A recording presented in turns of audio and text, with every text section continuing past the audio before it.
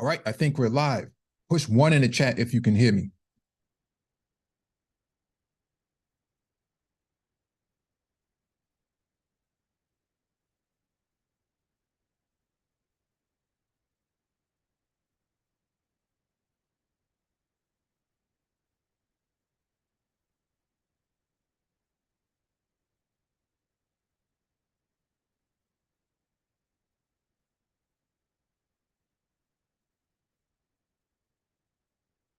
All right, got a confirmation. Thank you for the confirmation. Welcome back to the Black Brain Trust. This is episode 841, Space and Technology. Please hit the like button as you come in, share the video if possible, and hit that notification bell so you get all the updates from the Black Brain Trust. There's a document in the description beneath the video for you to follow along with and reference. If you want to engage in discussion, there'll be a Zoom link in the chat. Make sure your Zoom is up to date before joining.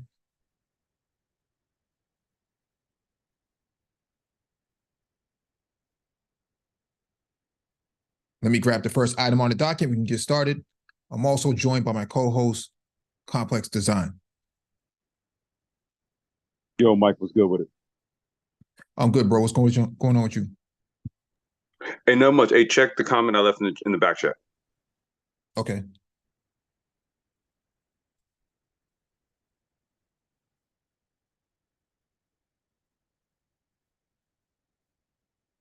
Yeah, I think that's done already. All right, appreciate it. All right, let's get started with the first item on the docket. Actually, push 1 in the chat if you can see the screen.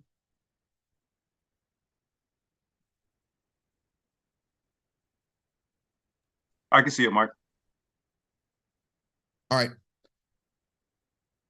This is from colotv.com. Reno City Council votes to move forward with micromobility project. We just got finished talking about this on Friday. The Reno City Council has voted in favor of adding additional areas to the micromobility project. They also requested the RTC include these streets in the Regional Transportation Improvement Plan. The additions would include Sinclair, Lake City, from 9th to Holcomb, Virginia from 9th to Liberty, Vine from University Terrace to Riverside Drive, and 5th Street from Keystone to Evans. University Way, 3rd and 6th were originally considered in the study, but high speed and vehicle volume, along with businesses not being in support of the loss of parking and travel lanes, were deterrents and will not be included in the plan going forward. The project will cost around $20 million and construction could start in 2025 and be done by 2026. Here's the deal. I mean, we have a dedicated stream to micromobility monthly that we discuss, but here's the challenge. People are afraid of change. And when you start talking about environmental, climate change, these sort of perspectives, a lot of people start pushing back once it starts encroaching on what they consider to be their business, or not in my backyard, NIMBY, right? And so, although the infrastructure project improves the environment, the willingness to make a dollar comes before the improvement of the environment. So the same people who are talking about, climate change, environmental, issues that they think they're concerned with, they're only concerned about it up until it's time to actually implement the infrastructure where that can actually challenge, their place of making money.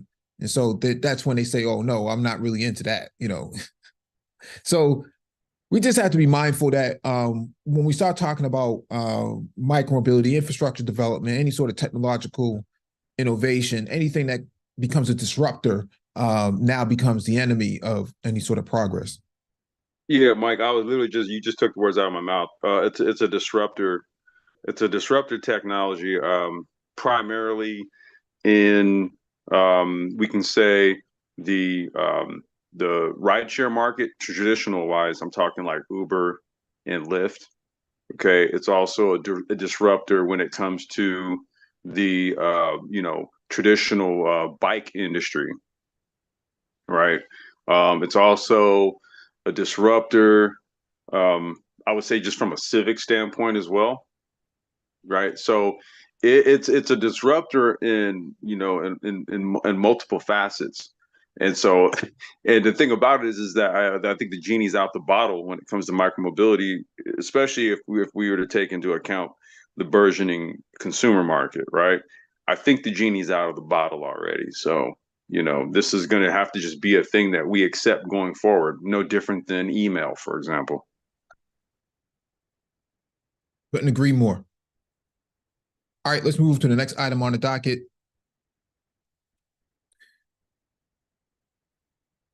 This is from amni.com. Should NYC e-bikes be licensed? City Council registration bill gets pushback from cyclists. Let me zoom in on this.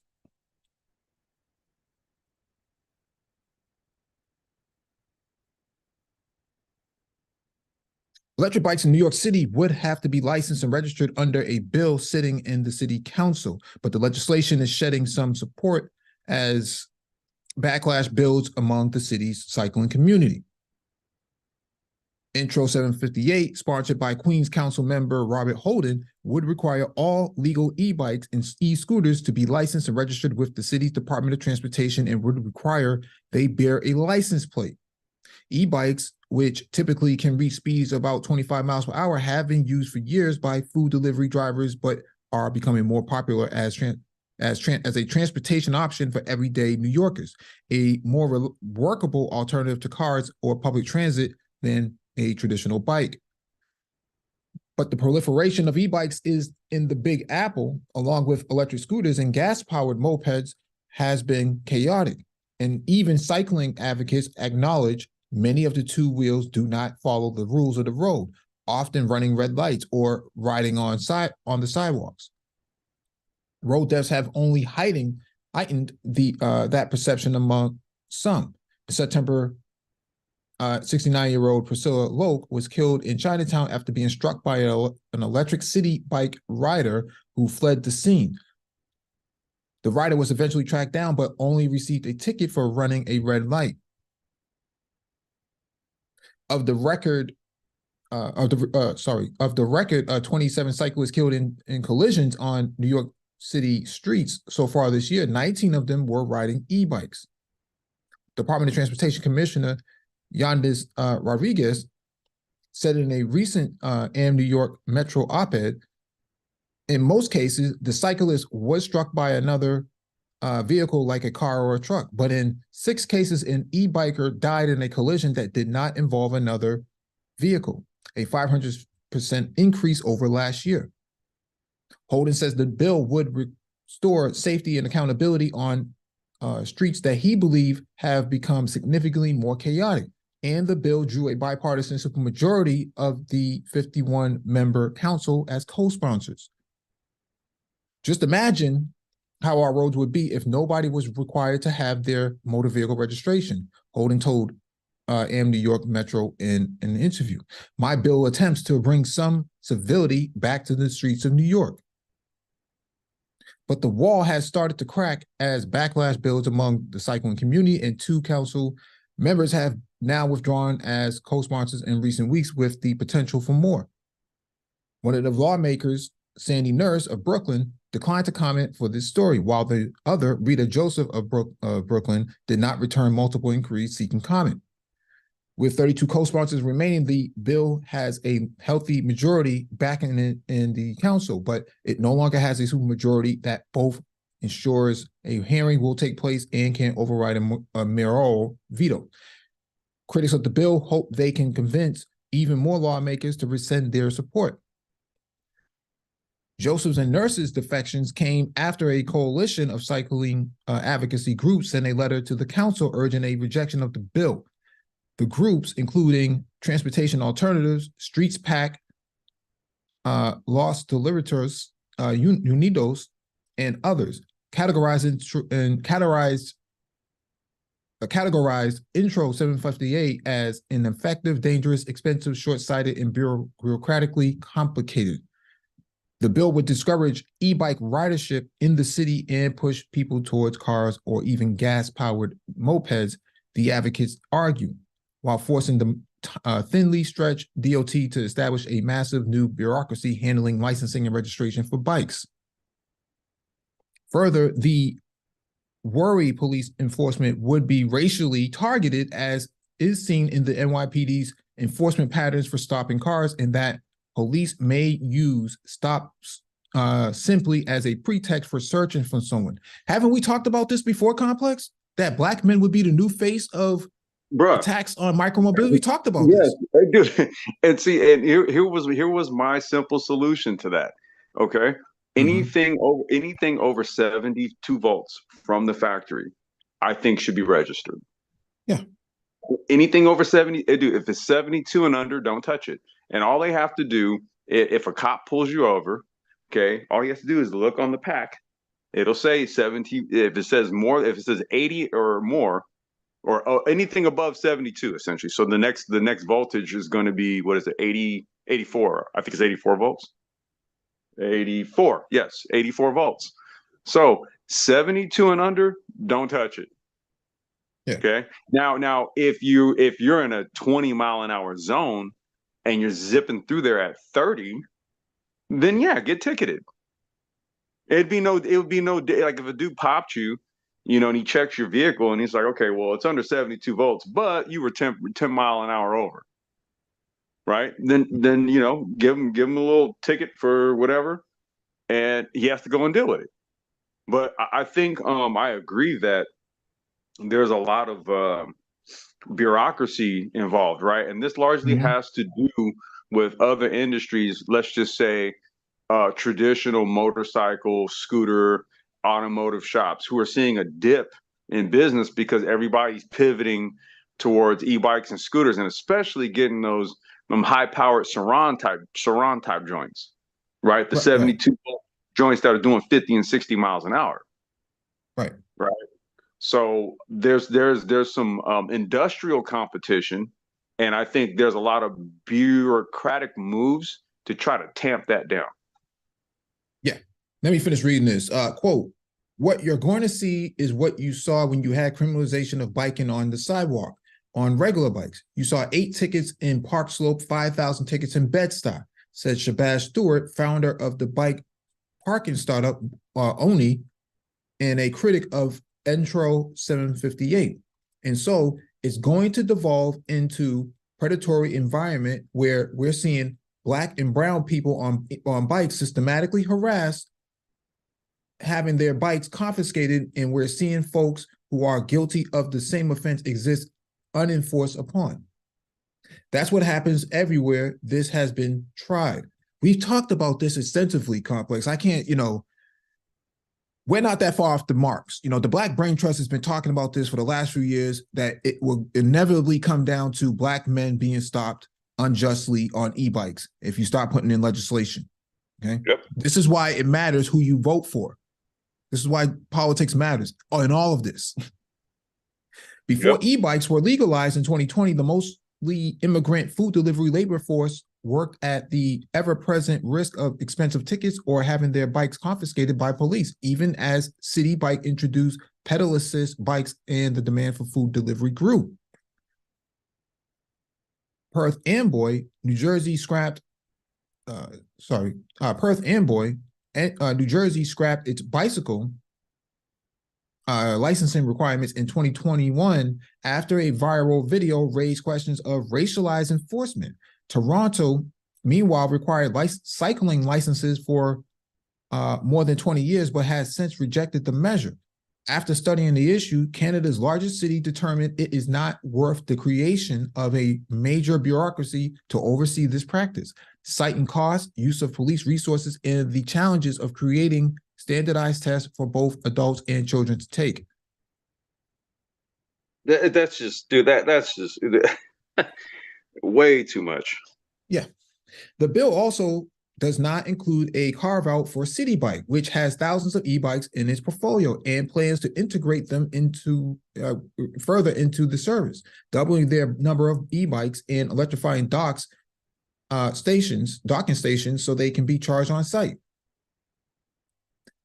Holden notes that city bikes can travel at high speeds just like other e-bikes and says it's no it's a no-brainer that the city streets are more chaotic than they were before e-bikes became prevalent, contending that a lot of the libertars are not adhering to any traffic laws. As for enforcement, the council member says it can be done not necessarily by police, but by dispassionate cameras automatically issuing tickets to license plates. Oh, really? You don't say. Anyways, I'm not going to read the rest of this, but I think we get the gist here. I think the problem here is this. You already have motorcycle permits. Like, you can ride a motorcycle with just a permit. You don't necessarily need a license to ride a motorcycle. And a motorcycle is considerably heavier by hundreds of pounds and goes significantly faster by hundreds of miles, okay? A motorcycle can, a 300 cc bike or 400 cc bike, 500 cc bike, they can hit 80 to 100 miles an hour in a little over 6 to 7 seconds. So what are we talking about here? Why are we going through all of this? I say just expand motorcycle permits.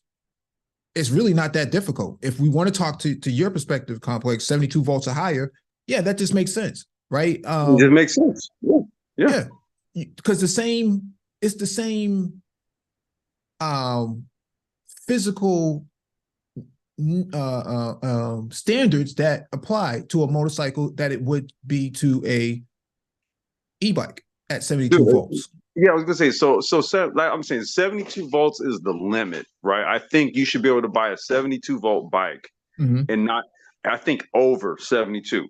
I think 72 is the limit that you can go without having to register it, because basically when you get to 84, that's essentially the equivalent of a 250 cc, 300 cc gas engine bike.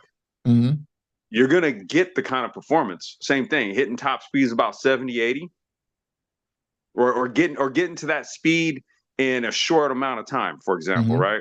An 84 volt e-bike can crank up pretty damn quick and can get you to about 70, 75. If you give it about 10, 15 seconds, or you tune the controller for just max throttle, it'll throw you to that. And so that's what I'm saying. So when you get up to about 84 volts and above, you're basically talking about motorcycle speeds and motorcycle power. Yeah. That's where I'm like, go ahead and you know, for anything like that, that has to be registered. But 72 and lower, no, don't touch it. But this is really brain dead simple. Apple has introduced to Apple Wallet the ability to store licenses in there. Google has the same thing. If it's just a matter of a permit, because that's my perspective, is that a motorcycle permit should just be expanded to include e-bikes and e-scooters. That's to me, that's a no-brainer. I don't see why you need new legislation to go around, having more licensing and more bureaucracy when all you have to do is expand the existing legislation that's already in place to accommodate. That being the case, you should be able to apply for your motorcycle learner's permit, download it to your Apple Wallet or your Google Wallet, and then go out and go purchase this from a retailer or whatever online reseller has it. And the online reseller says you must provide proof of licensing, right? Because when you go buy a motorcycle for first-time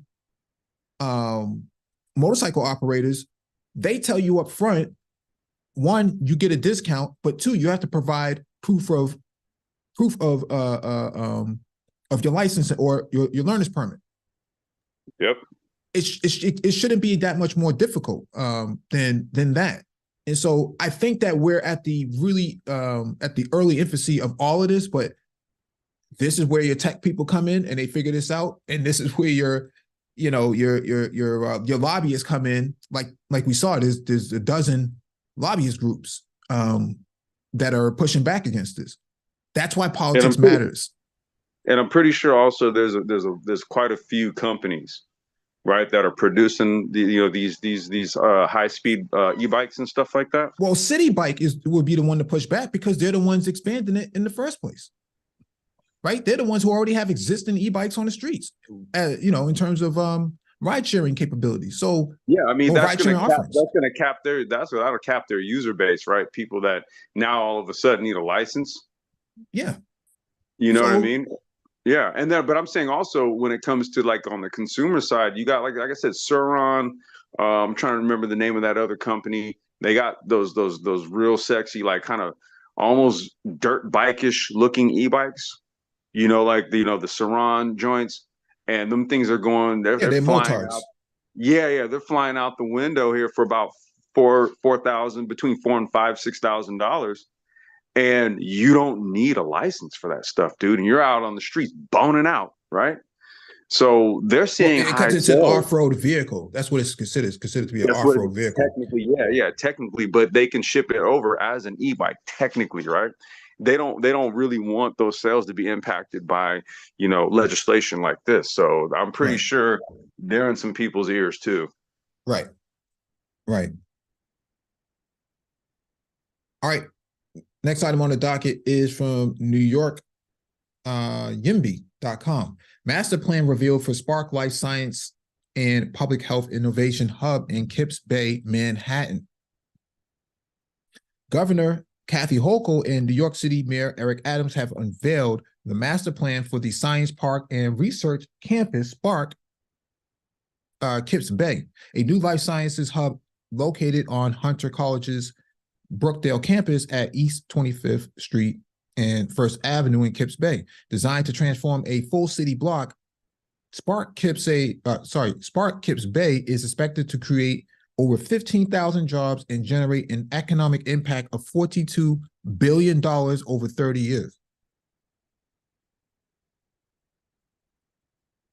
The campus will host a state-of-the-art facilities for institutions like Hunter College, School of Nursing, and the City University of New York, CUNY, Graduate School of Public Health, with up to 2 million square feet dedicated to academic, public health, and life sciences facilities. A key aspect of the project is its focus on workforce and educational opportunities, offering extensive programs to connect local public school students to careers in life sciences and healthcare. Additionally, the project includes a community task force and plans for a pedestrian bridge in public spaces to ensure community engagement and accessibility. The project involves a key partner such as CUNY, the New York City Department of Education, and private life sciences companies. A request for proposal has been issued for the first phase, which focuses on designing public spaces and community infrastructure. The project, expected to break ground in late 2025 and complete construction by 2031, aligns with New York State's $620 million life sciences initiative, fostering growth in the life sciences sector. It's no secret that New York City has always been an epicenter for great talent and workforce alike, and the Spark Kips Bay campus will continue this legacy by creating 15,000 jobs here in Kips Bay, said Mayor Adams. This campus will bridge the next generation to the future, taking students, New York City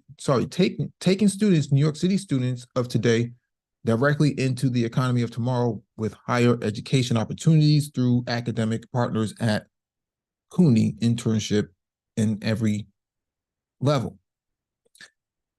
Now, I'm reading this only not to highlight the best things that New York are doing right now, but if you want to build a Black community that's going to be resilient, you would need infrastructure like this. You would need initiatives like this put in every single Black neighborhood.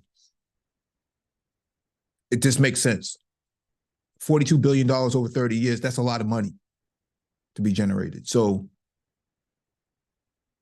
it's not that difficult to understand that, STEM is the future and STEM is where we need to be. I know a lot of people push back and want to talk about the humanities, but you can't always eat humanities. Your societies, your communities are going to need some form of STEM investment. And this is an example of how something like this would actually work.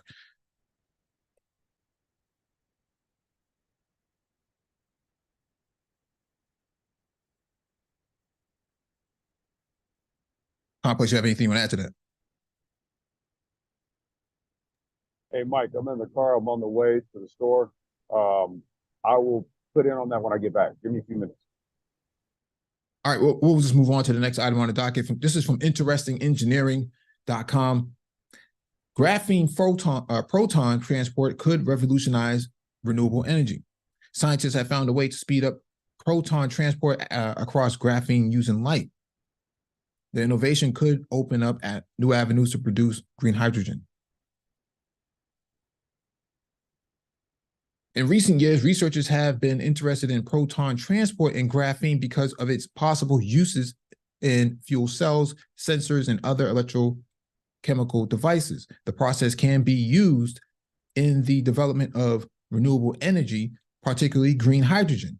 Graphene's atomically thin structure makes it impenetrable to a variety of elements, including protons. However, graphene's edges, flaws, and functionalization can open up channels for proton diffusion. Temperature, humidity, and the existence of functional groups are some of the variables that affect the flow of protons in graphene.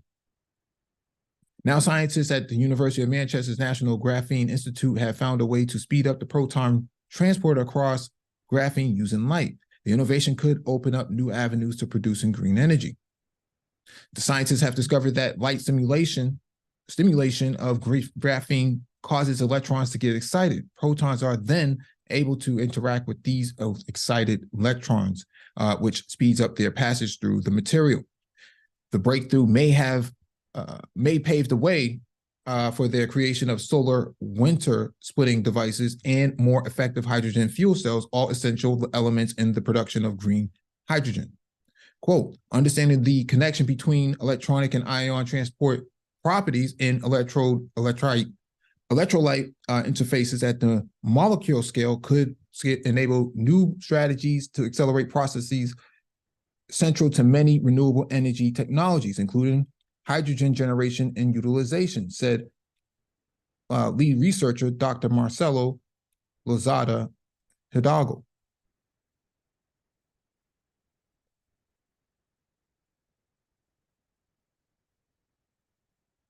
Anyways, I'm not going to read this whole thing, but it's important to understand that graphene on the market has gone up since we first started doing live streams about these sort of things. So I think graphene was moving at something like what was it, like $19 a cubic inch or something like that. I forget what it was. I think it was double digits.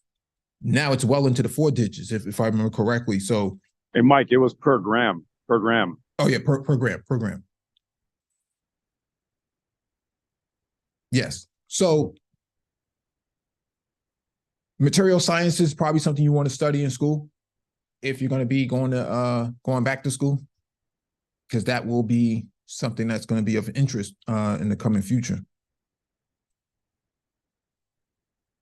Not only that, I'm at the store, but I just want to say this, that I think that's actually a more effective usage for graphene given its properties, because they were talking about using it for cars and stuff like that, and the cost just really didn't make any sense. Mm-hmm. But see, for something like green energy production, I mean, if it can far outpace just like regular solar, for example, so you use solar, store the energy into these graphene capacitors, which then create the hydrogen at a far higher clip. You know, even my mentor has an energy project on the table right now where that's what they're essentially going to be using is solar to generate hydrogen. But, you know, using graphene is an added bonus. All right, next item on the docket is from Ag Fund News. Eigen raises $12 million to scale its fleet of solar-powered autonomous robots to more than 20,000 acres. It's a really good picture of the product. Quote, it was always part of our vision to not use fossil fuels as part of the energy source during the operation of the robot. Eigen co-founder Kenny Lee tells Ag Funder News. To avoid fossil fuels, Eigen has developed a solar-powered robotics platform equipped with sensors, cameras, and software that monitors and manages plants in the fields. its fleet will autonomously navigate the field, removing weeds via blades at the end of the robotic arm and deploying advanced machine learning for precision strikes, says Lee. Solar panels double as sails, helping the robot take advantage of high-speed winds on the farm. That's pretty interesting.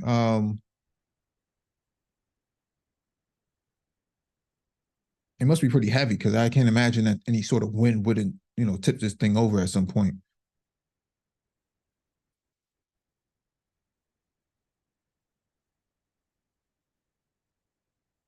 Simultaneously, the robots analyzes the crops and provides farmers with data to assist growers in plant management decisions. Quote, we're really the first ag robotics that I've seen that relies on solar as the primary energy source, says Lee. That's what gets our customers really excited. The robot can sleep on the farm and wake up on the farm without having to call home or needing someone to constantly going out and refueling the robot. Thinking about thousands of acres of land, that is a huge impact. Eigen's founders are quick to point out that the team is central to the company's success so far. Because we are a mission-driven company where we want to not only help the farmers, but help the planet, we're able to attract some of the best talent, says Lee. He notes that Eigen has so far hired engineers from SpaceX, Amazon Robotics, and other high-profile firms. Today, we have a great team working on the cutting edge of AI, robotics, electric motors, and solar power, adds Eigen co-founder and CTO Rich Worden.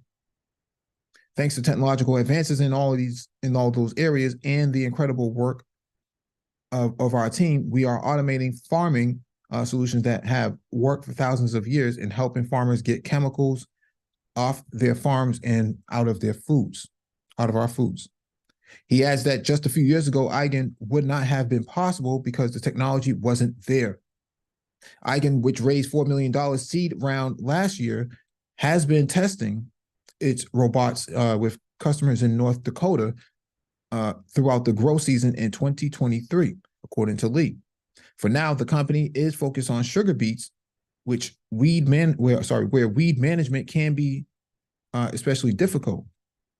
The problem is compounded by a rise of herbicide-resistant weeds in the Red River Valley region where Eigen works. The facility will be able to manufacture 3,000 robots per year, says Lee. Eigen will move into the new location by January. So here's something that I want people to understand. North Dakota. Why is North Dakota important? North Dakota is one of those states that has one of the oldest public banking systems. And that public bank is used to help, was used originally to help farmers hedge against the inflation that came at the expense of the market crash in 29. Okay. You need a public banking infrastructure, which ties into why farmers are so successful in North Dakota, which allows startups like this, Eigen, to raise $4 million in funds so that they can actually engage in the future of farming through robotics. That's called an ecosystem. So and Mike, go ahead. Oh, Mike, I was just going to say it's also another use case in IoT. Yeah. That is this is right. We speak about it a lot in reference to micromobility because, obviously with the scooters and stuff. However, this is another industrial use case right here for IoT, right here. Yeah.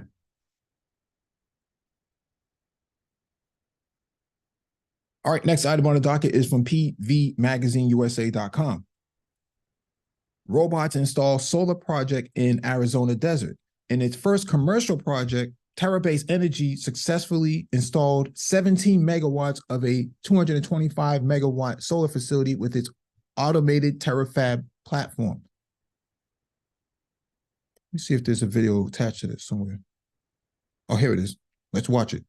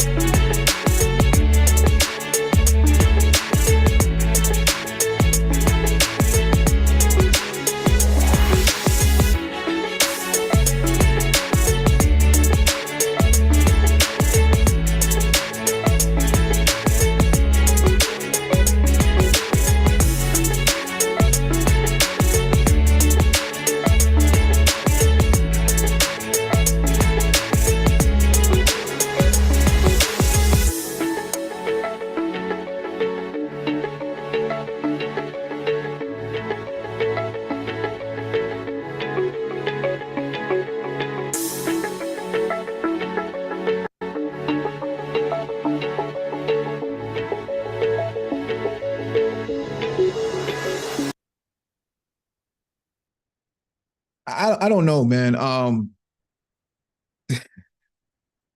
Here's my thoughts on this.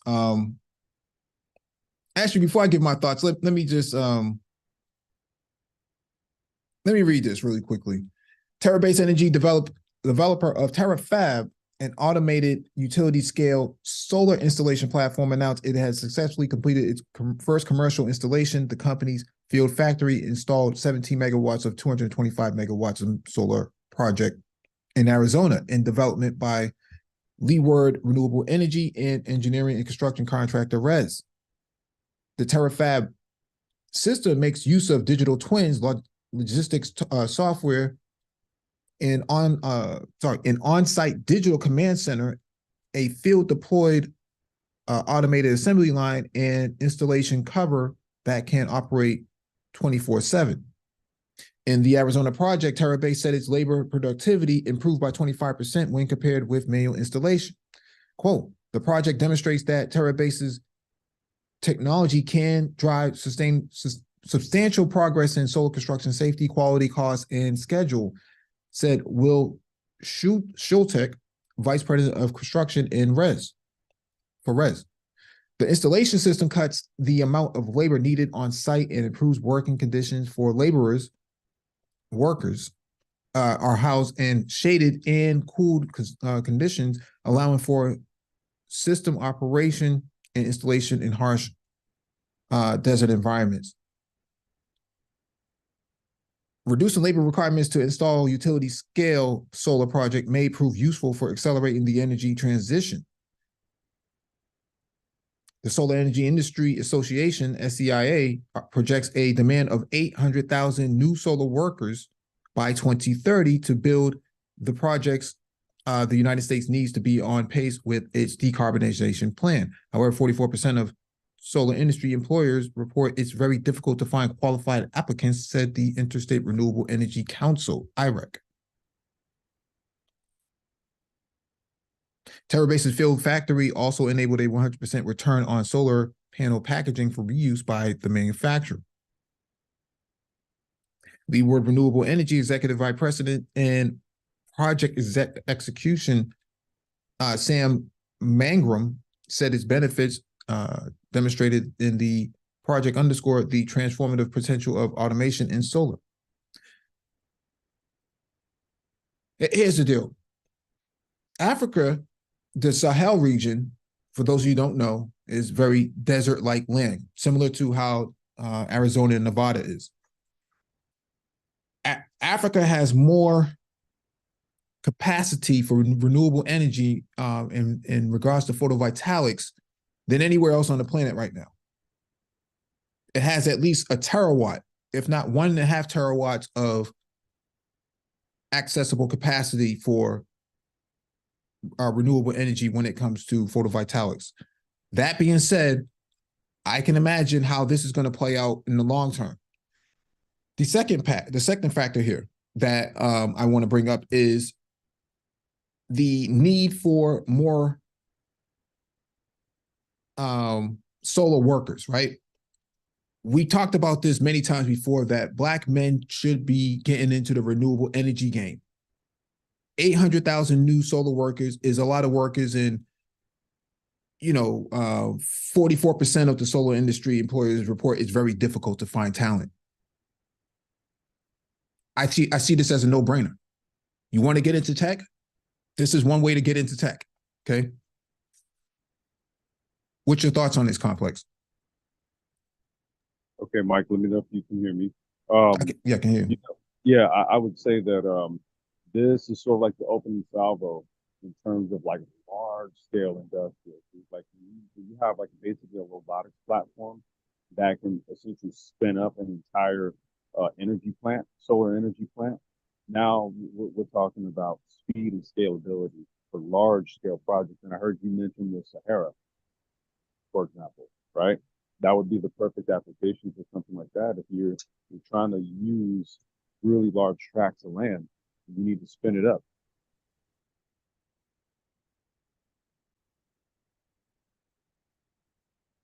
Nagone, do you have anything you want to add to this? Sorry, Mike. I was just doing something here real quick. I'll get back on the next one. I'll come on the next one. I'm sorry. Check me on the next one though.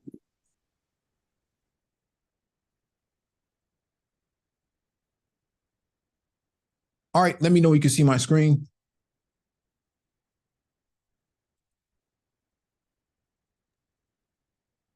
Yeah, you're good.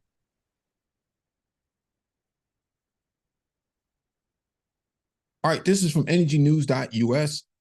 Chicago's Blacks in Green gets a major boost from a $10 million EPA grant.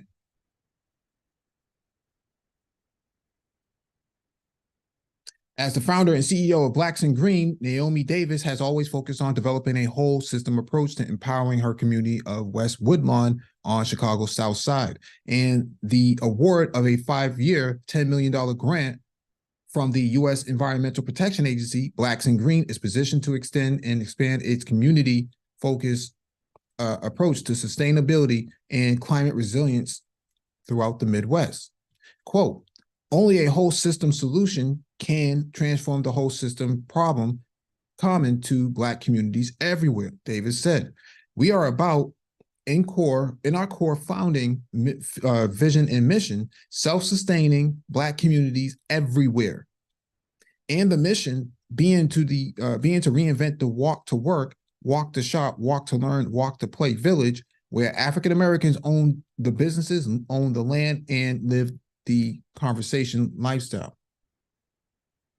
Blacks in Green was one of 17 organizations selected to receive a portion of $177 million to form environmental justice technical assistance centers. The program is administered through the Federal Interagency Communities Technical Assistance Network as part of the Biden-Harris administration Justice 40 initiative, designed to ensure that 40% of relevant federal investments are administered in environmental justice communities.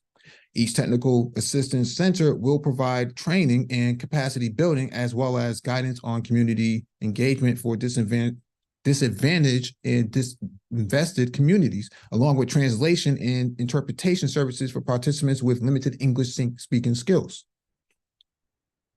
The centers will support relevant communities and their partners with environmental justice concerns and help them access federal funding to help fight climate change. Quote, for far too long, overburdened and underserved and rural communities have lacked the resources and technical assistance they need from the federal government to overcome barriers critical to their energy needs and create new, long-lasting economic opportunities, said U.S. Secretary of Energy Jennifer M. Granholm in a news release. DOE now has historic levels of new funding to help, pull from to help revitalize disadvantaged communities across the nation and ensure they are not left behind in our transition to a clean energy future. Blacks in Green has been designated as the lead for EPA's Region 5 territory, which includes 35 tribal lands and the states of Illinois, Indiana, Michigan, Minnesota, Ohio, and Wisconsin. The organization will provide front door access for a collaboration of 5 frontline community-based and community-serving organizations: the Midwest Tribal Energy Resource Association, Black Environmental Leaders Association, Environmental Health Watch, the School of Public Health at the University of Illinois, Chicago, and the Smart Energy Design Assistance Center at the University of Illinois at Urbana-Champaign. The process of assembling the collaboration was interactive and participatory, with the final set of organizations reflecting participants who recognize the sense of urgency in sorting out a complex process with tight deadlines, Davis said. Quote, it was an open call in a iterative open call. We published the times of our conversational meetings multiple times. Anybody who was interested was welcome. And as we had a very short time to pull it together, we had created a mutual consent when the deadline was decided. Do you want to move to the next phase of this planning together? And those who did, and those who didn't, didn't, Davis said. In administering its grants, Davis intends to continue what she calls a flip the script approach, with blacks and greens serving as the lead rather than the more common model acting as a subcontractor to one or more larger majority white organizations.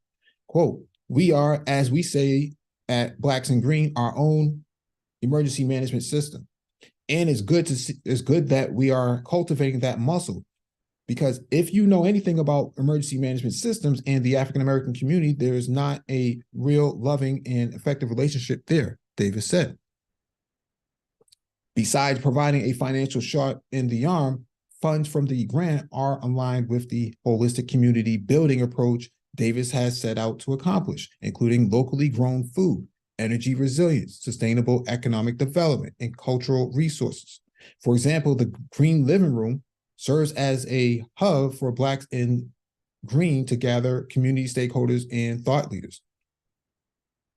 The Big Green Homestead development and the recently launched Big Guest House located next door to the Green Living Room, which reflect the entrepreneurial and community development approach that Davis champions.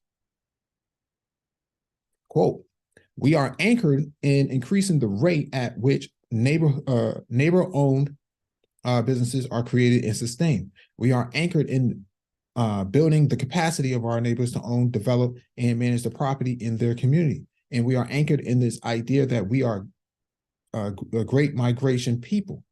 It's important. It's an important tool as a narrative to define this aspect as triumph that is so important for us to remember as a people, that we have triumphed against impossible odds and continue to do that to this day. There's so much to be proud of: the genius, the courage, the work ethic, the creativity, and the love of the great migration comers is our ancestor. And we are living a legacy of their work and spirit. And so we are people working on how to bring that pride and confidence into the center of our hearts and our communities. And we are doing all of that, Davis said. So we cover a lot of this renewable energy stuff that people are not really interested in. Here's why you need to be interested in it, okay? $10 million EPA grant. You're not going to get that from Super Chats. You're not going to get that from Cash Apps.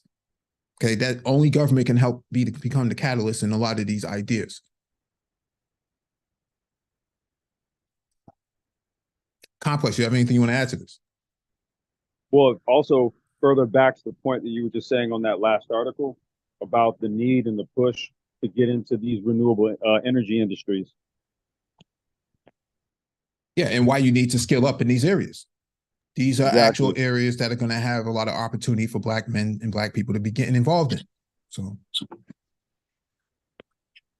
definitely critical. Definitely got to scale up in those areas, because those are where also greater opportunities are. We're one of the few channels that really talk about this a lot. You know, we would talk about that a lot last year as well. We would talk about that for years, quite frankly. But it seems like the idea it's not catching across, but we need to be talking about that routinely, as far as I'm concerned, because that is the future, and that's really a better way of our community actually growing and prospering. That's something that we definitely need to get involved in. New York City's got some of these programs going on. You know, it should be something that we should be doing enterprise-wide around the country, in our communities, quite frankly. Well, you know, Nagon, the reason why it's becoming more of a prominent conversation now is because, you know, for example, when we go back maybe 2 years ago in California, remember we had like rolling blackouts because of the heat wave, right? While at the same time, you know, California was trying to implement these requirements for, you know, EVs, you know, transitioning over.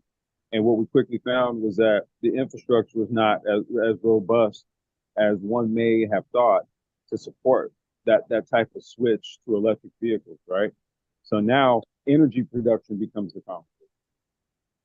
Yeah, and that's yeah. and then that's even if that, you know, and we're even seeing now this evidence of the automotive industry, you know, the manufacturers pivoting away from that, away from, like, you know, trying to meet these EV mandates, because the sales demand, you know, plus the issues with the new technology, and then, you know, the questionable infrastructure in terms of charging stations, available energy and stuff like that. There's too many question marks, right?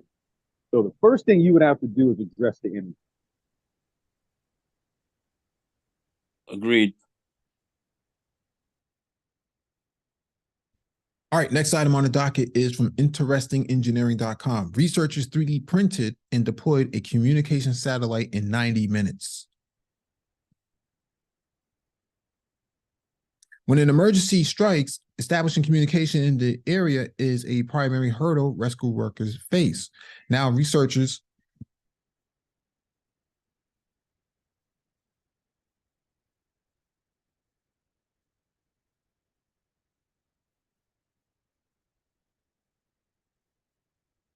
can you hear me? Yeah, there you go. I was just about to see if you dropped out. Yeah, I was going to see if you dropped because I can hear you now. Yeah, let me start from the beginning. When an emergency strikes, establishing telecommunications in an area is a primary hurdle rescue workers face. Now, researchers at the University of Alberta de Catalunya, UOC, in Spain, have devised a plan to a simple solution using 3D printing that can begin establishing telecommunications in as little as 90 minutes, University Press said. Broadband internet is so ubiquitous these days that one does not realize its importance until it becomes unavailable. From work to entertainment or staying in touch with family and friends, works on the backbone of high-speed internet delivered through a cable or wirelessly these days. The seamless connectivity hits a major bump when an emergency, whether natural or manufactured, strikes. In recent history, the volcanic eruptions in Tonga and the Russian aggression in Ukraine left the locals scampering for basic connectivity until Elon Musk Starlink stepped in to provide its using constellation satellites. A research team led by Carlos Monzo Sanchez from the Faculty of Computer Science, Multimedia, and Telecommunication at UOC has demonstrated how a nano satellite can be 3D printed in just 90 minutes and deployed using a hot air balloon to establish communications in an affected area. The setup is relatively simple and consists of three components, two remaining on the ground. These pilot telecommunication and base stations must be deployed at the emergency location. A 3D printer can then be used to build a nano satellite, also known as a CubeSat, and then launch over the area using a hot air balloon. The CubeSat connects the two ground stations and works as a repeater, allowing ground users to communicate. All components in the system use long-range radio technology, which can provide services over a vast area. The CubeSat can also be deployed with photovoltaic cells to operate autonomously for longer periods. The solution is highly scalable, and more CubeSats can be added over the location to improve communication options in scenarios where existing infrastructure may have been heavily damaged or have become inoperational. So, we've covered CubeSats in the past. In fact, since we started doing these sort of live streams. And so Cube satellites, whether you're using Raspberry Pi or you're using something a little bit more powerful like an Intel i3 or Core M processor, there's a lot of opportunity for Black people to get into the space industry. And this is why we originally started doing the space and technology discussions, because these sort of things are achievable now.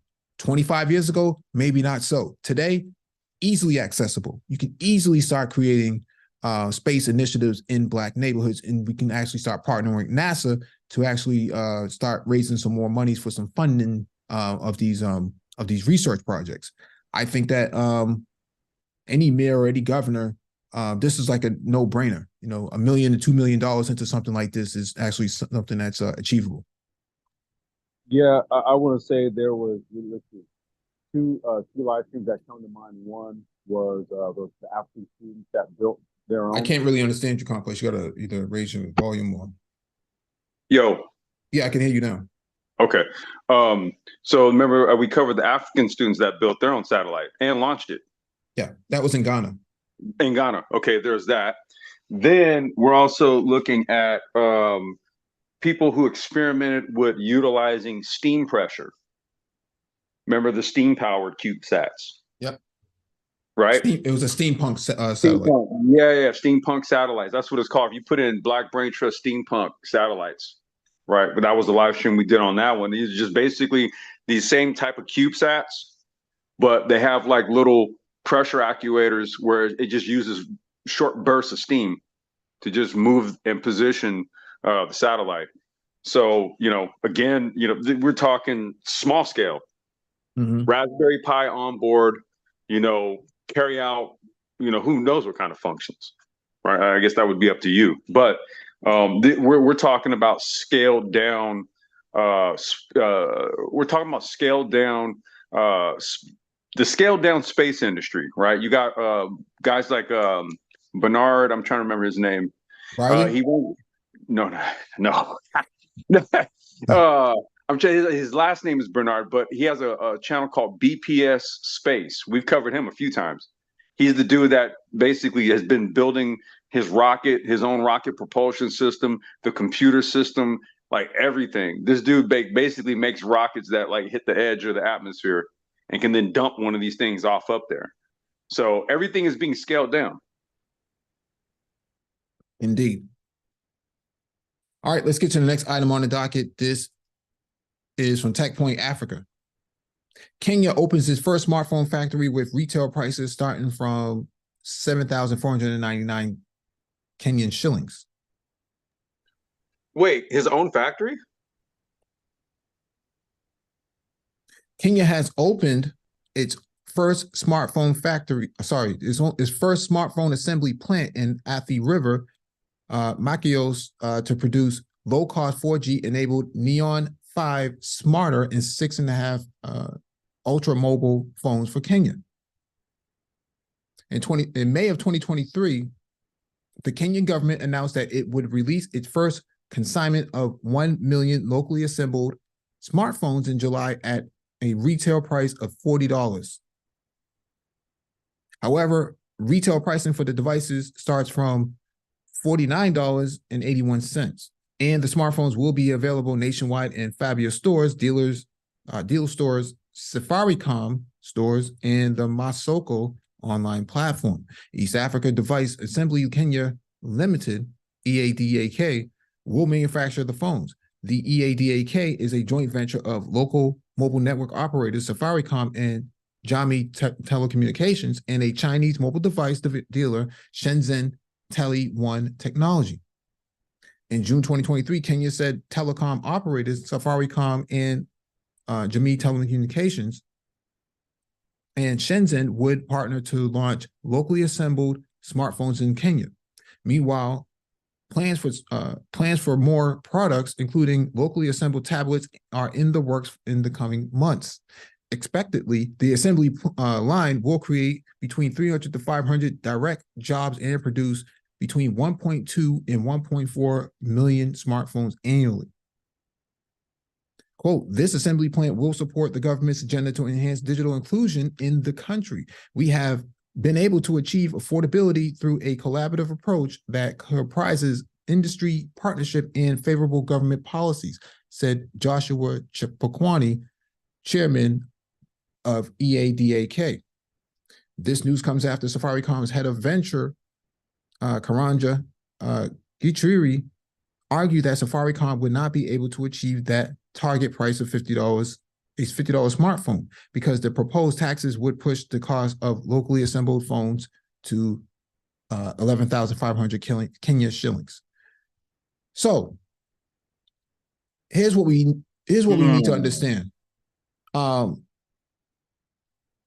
what I've learned being in Africa a number of times. People live and die by their phones. Not because they want to do a Snapchat or something like that, but because it's their only means of survival. If you don't have a phone, you pretty much don't exist. Okay? No one knows where you are, and no one knows who you are. And so that being said, people in Africa rely heavily on phones. It's how they get to apply for jobs. It's how they get to government services. It's how they, communicate with the diaspora. it's integral to their everyday life. And so phones are very important. That's why you need a lot more people in the Black community becoming mobile app developers, pushing innovation at the app level so that they can actually be involved in the development of new platforms. When I was in Africa, almost 2 out of 3 African men could code in Python, or they had some kind of base level understanding of how code works in Python. Okay, Python is really big over there. Very easy to code from and very easy to use for them. And, it helps deploy apps to mobile really quickly. And they get a lot of work on Fiverr for that too. I'll say that again. I said they get a lot of work on Fiverr for that type of development. Python. Oh, you're saying Fiverr? Yeah, on Fiverr, you'll see a lot of Kenyan developers and stuff on there, highly rated. Oh, I thought you meant fiber in terms of like fiber optic communication. Okay, that makes sense. Oh, I'm sorry. I'm sorry. Not Fiverr, right? Yeah. Where they can offer their services. You have a lot of highly rated Kenyan coders and programmers up there. Yeah. Yeah, because the quickest way into tech is through coding.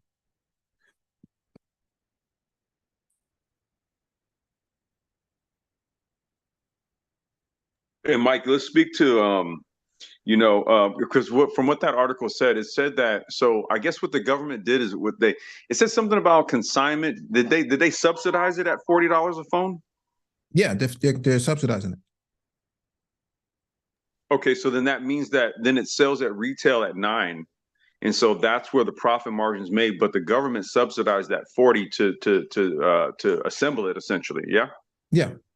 Okay. All right. Now I follow how they did that. Right. Okay. So, well, shoot. Then that means that there really is a push to get them on to more of a smart device, like that's powered by 4G, like you said, that can power all the apps essentially that are on the App Store, as long as there's no like, so for example, some apps, no matter where you are, you can use them, and then some, you can only use them in certain places, right? But that does open up that channel, because now they have devices that have the requisite computing power to interact. That's why you're like, dude, the more that their infrastructure gets upgraded, the more of a global customer base and business partnership base we have on our end. Absolutely. Absolutely. Okay. I mean, it's a no-brainer to me. I don't see why anyone would scoff at this idea that, deploying, apps, mobile apps would be somehow far-fetched or even not necessary of a conversation. That's incredibly necessary, especially when you have something like ChatGPT that can actually help you code to speed up, time to deployment. So, yep. Speaking of ChatGPT, let's go to the next item from TechCrunch. TechSpark AI raises $1.4 million to create ChatGPT alternative. Artificial intelligence company TechSpark AI announced on Wednesday a $1.4 million pre-seed round to build out a new generative AI platform called Sparkplug. The round was led by TD Bank with participation with Salesforce, Canadian government, Canada's government, and NBA Canada. TechSpark AI is based in Toronto and was founded by Tamar Huggins 8 years ago to develop school curricular for Black and Brown students across North America. This eventually led to the idea of creating a more personalized experience for students. She created a product with her 13-year-old daughter, Talia Grant. It seeks to be a Black-owned alternative to current AI search platforms, mainly ChatGPT. Sparkplug has partnered with educational institutions in the US and Canada with a particular focus on schools with underserved Black and Brown communities. The product's first iteration allows users to translate classic literature text into modern language with Gen Z as its target audience. More specifically, the text translation is from standard text to African American vernacular English, AAVE, a dialect that originated in the Black community and is now used broadly by Gen Zers on the internet. Quote, oftentimes technology is designed without the lens of Blackness, and therefore the impact on Black communities can be quite negative, especially when it comes to AI in general, Huggins told TechCrunch. It's really about how we can identify the problems that exist within our own communities using technology to create meaningful, safe, tailored solutions that generate impact. Huggins said Sparkplug's language model was trained by her daughter, a member of the Gen Z, as well as authors from the Harlem Renaissance and activists from civil rights movement. Despite its focus on students, the product is available for everyone to use as a web application, functioning similarly to ChatGPT. The goal is for it to be known as a leader in inclusive generative AI. Historically, Black people haven't always felt like they belonged, and as a result, we've had to create our own spaces. Technology is no different, she said. As long as we are including the voices of those systematically left out of the conversation, AI can take us in the right direction. Fundraising was challenging, though. Huggins came up with the idea in 2019 and started developing the product while she was pregnant with her youngest child in 2020. After the murder of George Floyd, many investors said they were interested in backing more Black founders, including those in the ed tech space, though Huggins, like many Black founders, found most of these promises fruitless. Things changed. However, after Sparkplug received an investment from TD Bank late last year, the floodgates opened up for other investors who were now like, oh, let me see how we can also be a part of this round, she said. Huggins also received funding from the Investment Readiness Program by the Foundation for Black Communities. Omar, the director of community investments at the foundation, told TechCrunch that the Sparkplug platform, quote, tapped into the undervalued knowledge and ideas that have allowed Black communities to thrive in the most adverse conditions. Instead of viewing racialized communities as empty vessels in need of capacity building, Sparkplug has placed the perspectives of these communities at the center of their work, and in doing so, has unlocked the true potential of future of the technology, he said. Our investment in Sparkplug is an investment in making our youth leaders the development and the diverse and pluralistic technology solutions.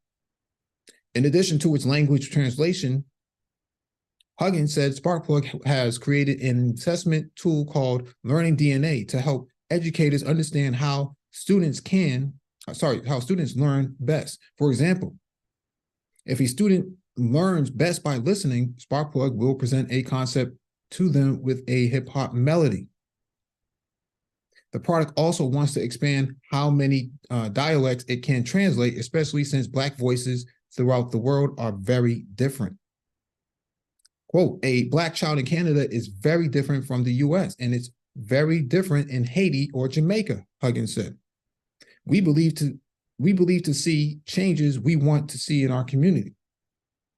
We have to redesign the learning experience, and in order to redesign it, we have to personalize it.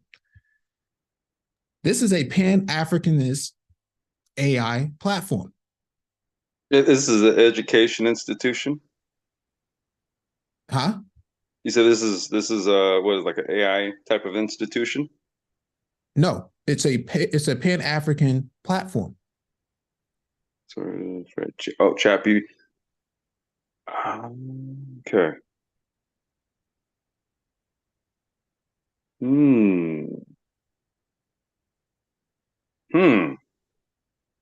Okay. Interesting.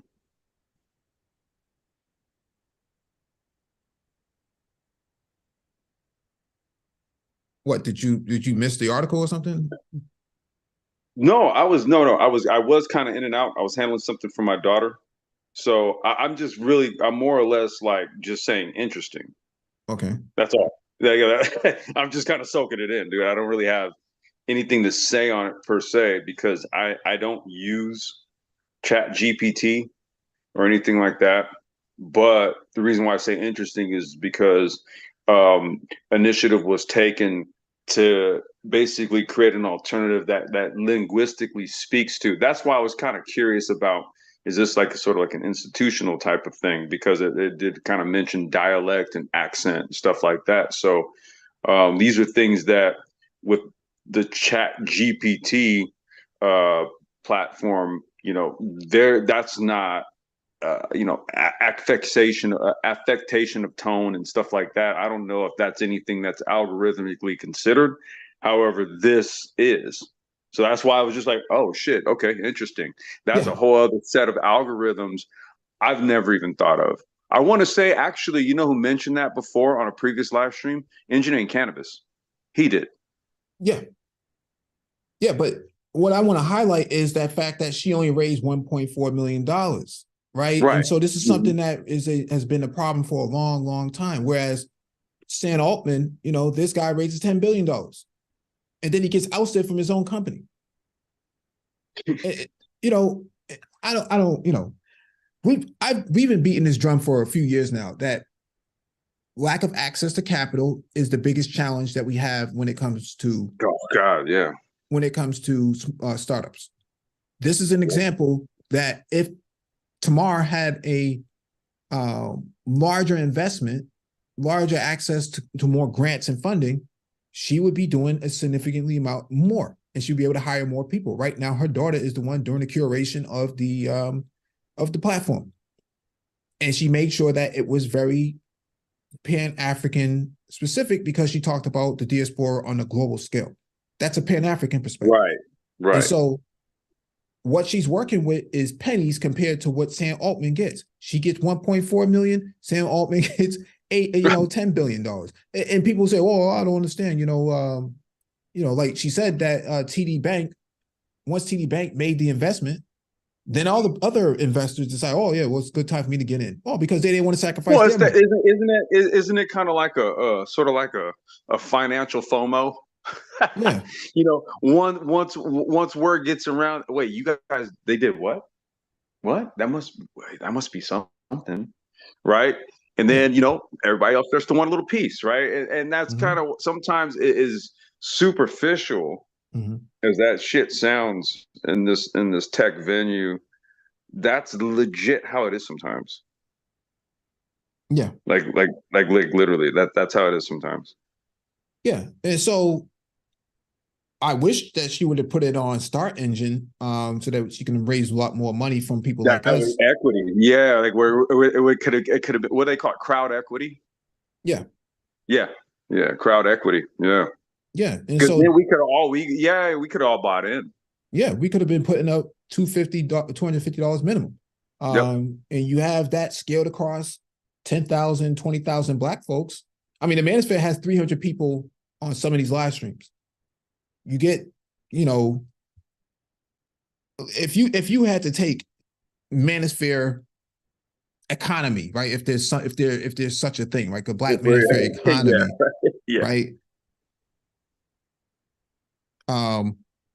If you had to have a Manosphere economy, then what you would end up having is $75,000 of investment at $250 a piece. And equity stakeholdership for the people who put the money up. Bingo. Not that difficult, people.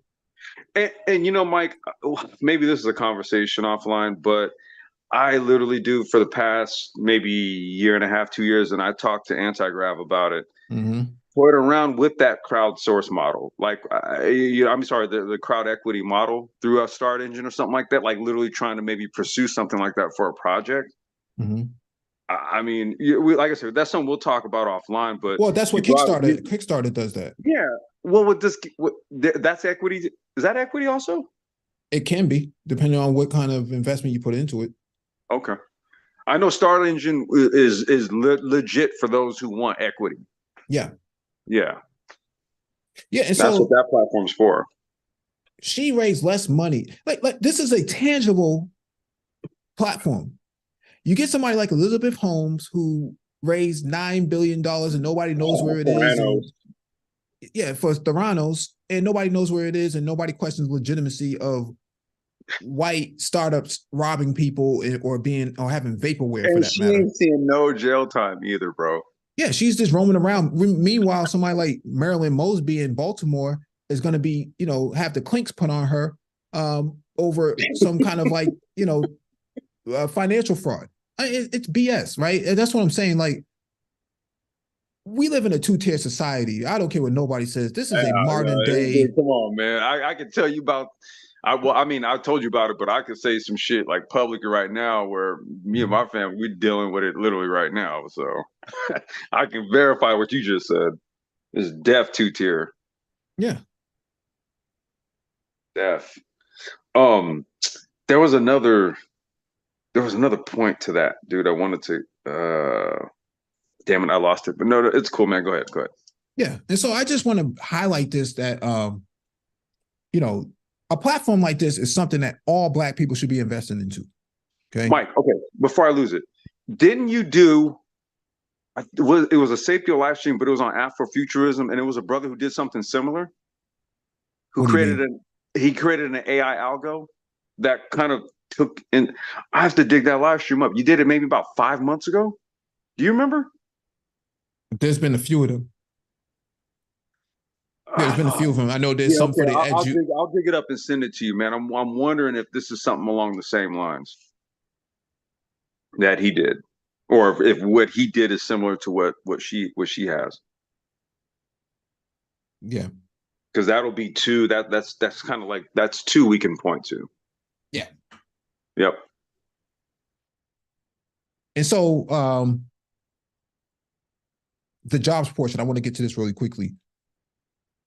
It says Huggins said Spark Plug's language model was trained by her daughter, a member of Gen Z, as well as authors from the Harlem Renaissance and activists from the Civil Rights Movement. You have non-tech people involved in tech work, doing tech work. Okay.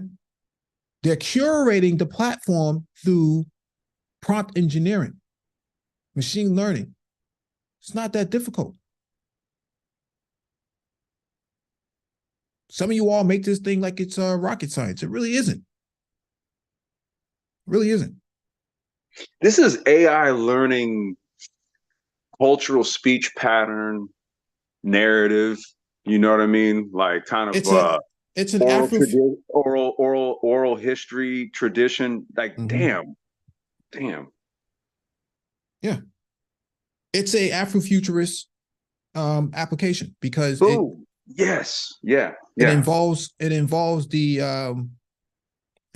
a scale of multiple generations to focus on the future of artificial intelligence. Hence what it just mentioned. She said Gen Z, Renaissance era, civil rights, Harlem Renaissance era, yeah. Harlem Renaissance, civil rights, Gen Z. I mean, they left Gen X out. That's fucked up. But anyway. Well, she's Gen X.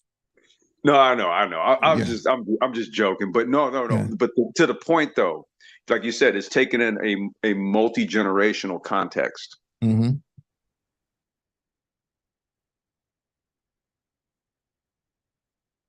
All right, let's get to the next item on the docket. This is from KXAN. Black Tech Group launches in Austin after Afrotech 2023. Shonda was kind enough to send this over. Let me play the clip. Salute to Shonda. Alfred, I'm coming in.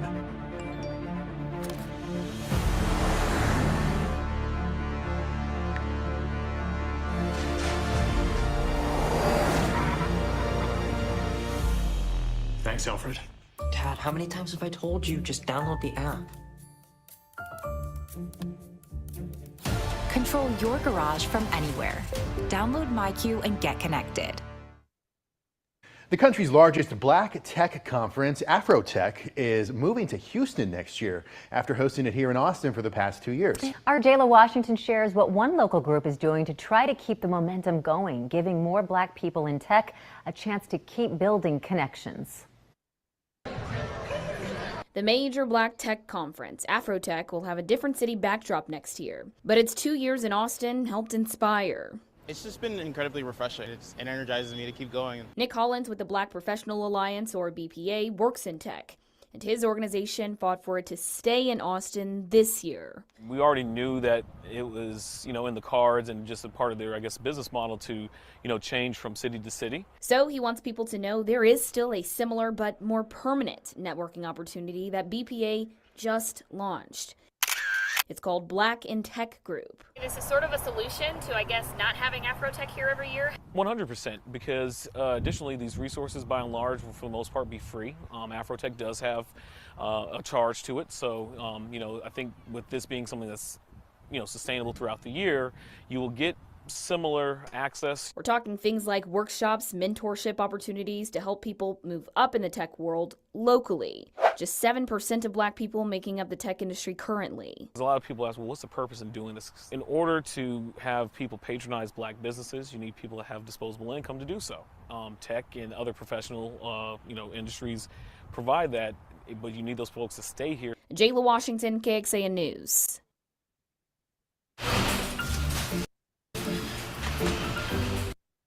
So you heard it straight from the brother's mouth. Okay. How long have we been talking about this? How long has the channel been talking about this? In fact, we're the only ones in the manosphere talking about this. Say it again. I said since its inception. Yeah. So we've been talking about this for a minute, but you have people who would rather pretend that this isn't an issue. This is very much an issue. Black people making up 7% of the tech industry, 3.3% of cybersecurity. Yep, cybersecurity has a shortage of workers that they can't seem to find. You hear all these talking points, you put them all together, and you're like, something's not right here. Something's not adding up. So I salute them for what they're doing, man.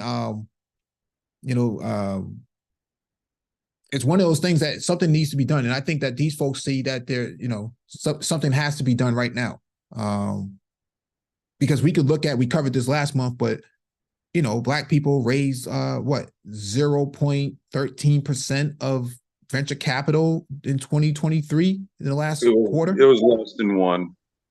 No, less than 1% annually, but 0.13% for the quarter, Q3. Which is a lot less than that. Yeah.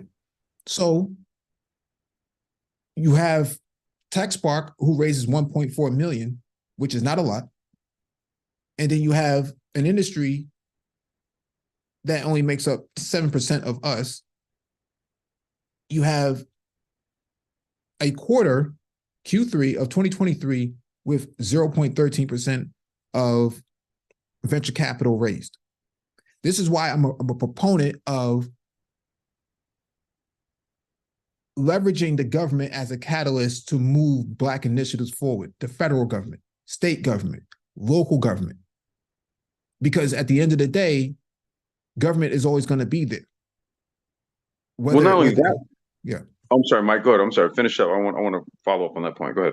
Yeah. Regardless if there's a flood in Louisiana, or there's a hurricane in Miami, government is always going to be there. They're a more reliable partner than some of these wayward people, like Tamar had mentioned, who made a lot of promises after George Floyd, but it was all a bunch of fluff.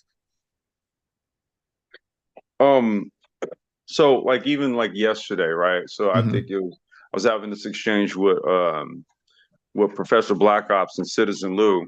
And the thing about that was that it was mentioned that, well, in DC, the tech sector there is largely government subsidized, right? And then when you go to Silicon Valley, it's largely private investment in VC with a mix of government. And then you go into different sectors, and then there's different investment pools, right? So there's different places where the money's coming from, right? However, government is something that we all as taxpayers pay into. So, I'm with you on that. Whereas my first expectation is for, the government to also support, businesses that support functions of the government. Yeah. Okay. So that, there's a vis-a-vis type of thing going on here. Like, even think about it, right? You have people who are like food establishments, or, they deal in like the food, the food and the hospitality sector and all that. And you want to know why they get government money? Because there's a service that they provide back to the government, right? You see, so it works in every sector of industry and every sector of business that can access government capital. It works across the board. It's the same. It doesn't make any difference. It shouldn't anyway, whether we are, black or not. However, going by the numbers that you just ran down a few minutes ago, there does seem to be a bit of a schism, right? So yeah, I'm in 100% agreement with you. Yep. All right, last on the docket is from news.mit.edu. IODG 2022 named a 2024 Rhodes Scholar. The MIT alumnus will begin postgraduate studies at Oxford University next fall. IODG 22 from Lagos, Nigeria, has been selected as a Rhodes Scholar for West Africa. He will begin fully loaded postgraduate studies at Oxford University in UK next fall. Ayodeji is passionate about championing reliable energy across the African landscape and fostering culturally inclusive communities. As a Rhodes Scholar, he will pursue an Master's of Science in Energy Systems and a Master's of Science in Global Governance and Diplomacy. He graduated from MIT in 2022 with a bachelor's degrees in chemical engineering and management, and is currently an associate at Boston Consulting Group. Io has worked hard to develop his vision and to express it in ways that will capture the imagination of the broader world. It is a thrill to see him recognized this year as a Rhodes Scholar, says Professor Nancy Kenwisher, who co-chairs the Presidential Committee on Distinguished Fellowship, along with Professor Will Broadhead. During his time at MIT, Ayodeji's curiosity for energy innovations was fueled by his research on perovskite solar cells under the MIT Energy Initiative. He then went out to intern at Pioneer Natural Resources, where he explored the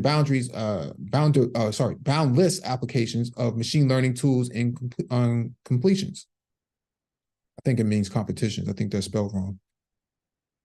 At BCG, Ayodeji supports both public and private sector clients on a variety of renewable energy topics, including clean energy transition, decarbonization roadmaps, and workforce development. Ayodeji's community-oriented mindset led him to team up with a group of friends and partners with the Northeast Children's Trust, NECT, an organization that helps children affected by the Boko Haram insurgency in northeastern Nigeria. The project, sponsored by Davis Projects for Peace and MIT's PKG Center, expanded NECT's program via an offline portable classroom server. Ayodeji served as an undergraduate representative on the MIT Department of Chemical Engineering Diversity, Equity and Inclusion Committee. He was also vice president of the MIT African Students Association and a coordinator for the annual MIT International Students Orientation. He was supported by the Distinguished Fellowship team in career advising and professional development, and received additional mentorship from the Presidential Committee on Distinguished Fellowships. Want to talk about high value? Doesn't get more high value than this.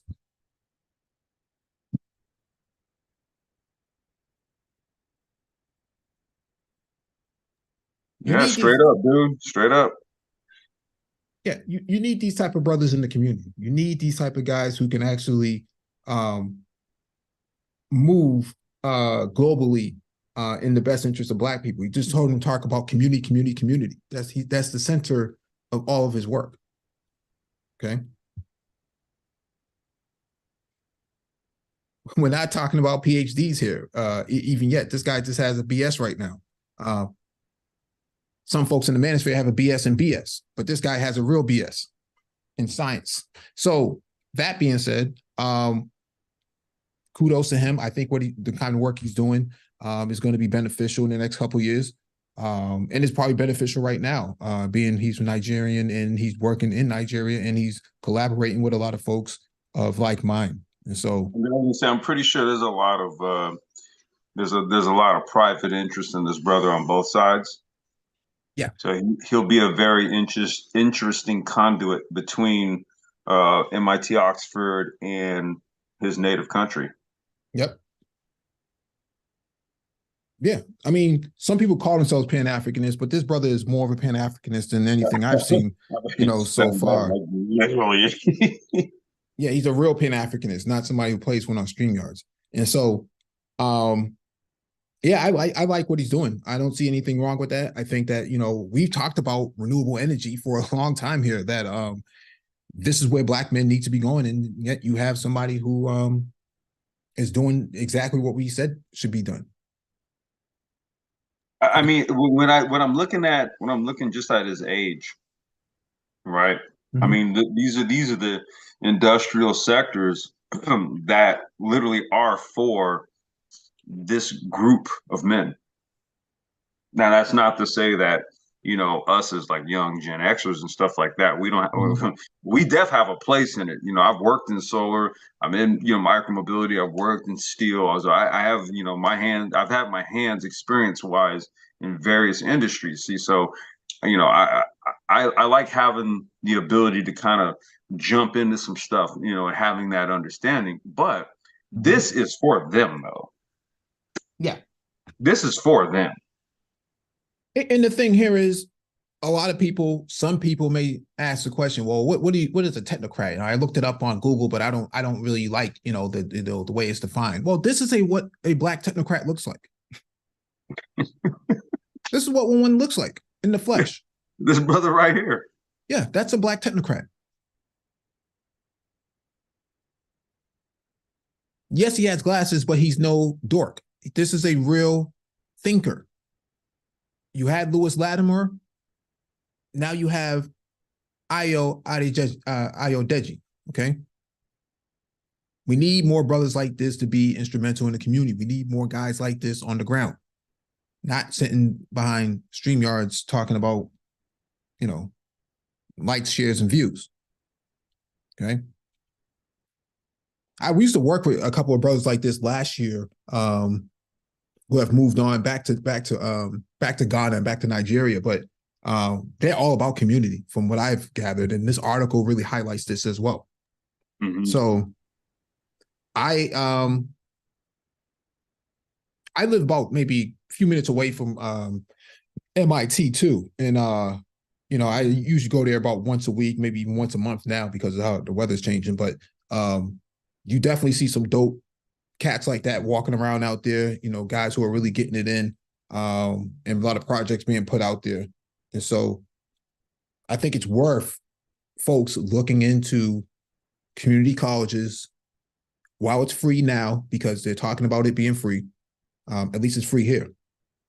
And I think you should be getting into the material sciences. I think you should be getting into the pre-engineering programs. These things are free now. It wasn't like that when I was younger. College was not free. It was unheard of for college to be free. You have to come out of your pocket. Now it's free. And man, you know what, Mike?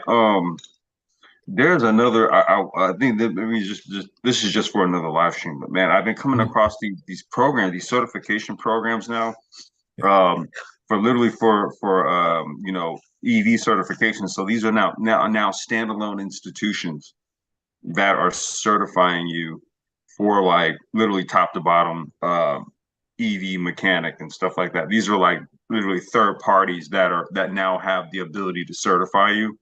So there's that. You got dudes like ESA that are doing PEV training courses and stuff. Like he's motivating me to start going in that direction where I start teaching the ins and outs on how to build, diagnose, repair, and all this type of stuff, PEVs and all that.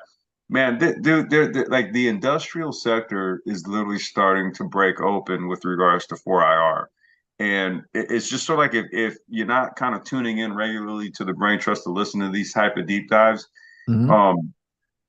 these are things that are just going to kind of be, largely go over your head for the most part. And then, there will be some sort of, situation or circumstance in the future where you'll encounter somebody, you're just like, man, how did you get into that? And you'll listen to the story unfold, and typically it was somebody who was there at the right place at the right time and got the right information, right, and then made the right move.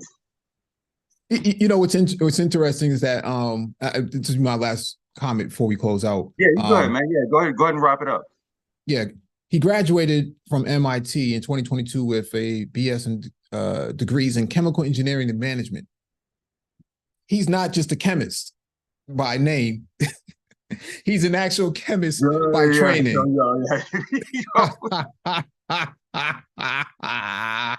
Hey-o!